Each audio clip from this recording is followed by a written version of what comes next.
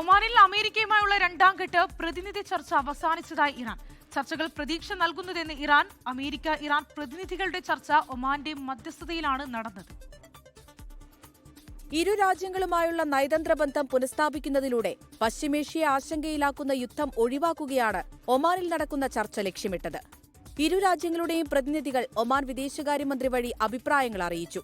President Donald ട്രംപിന്റെ പ്രത്യേക പ്രതിനിധി സ്റ്റീവ് വിറ്റ്കോഫും ജെറാഡ് കഷ്ണറുമാണ് അമേരിക്കൻ പ്രതിനിധി സംഘത്തിന് നേതൃത്വം നൽകിയത്.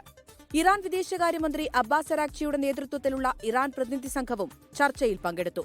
ഒമാൻ വിദേശകാര്യമന്ത്രി സയ്യിദ് ബദർ ബിൻ ഹമാദ് അൽ ബുസൈദിയുമായി ഇരു നേതാക്കളും ആദ്യ 2 വട്ട ചർച്ചകൾ പൂർത്തിയാക്കിയപ്പോൾ ശുഭപ്രതീക്ഷയുണ്ടെന്ന് ഇറാൻ അറിയിച്ചു.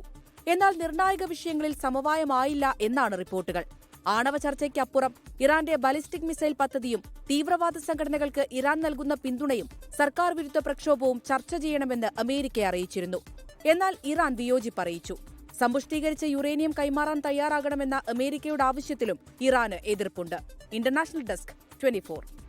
ലോകത്തെവിടെയായാലും ഏത് സമയത്തും 24 വാർത്തകളും ഓഗ്മെന്റഡ് റിയാലിറ്റി പാക്കേജുകളും എക്സ്പ്ലെയിനറുകളും വിശദമായി കാണാൻ ഞങ്ങളുടെ യൂട്യൂബ് ചാനൽ നിങ്ങൾക്ക് സബ്സ്ക്രൈബ് ചെയ്യാം.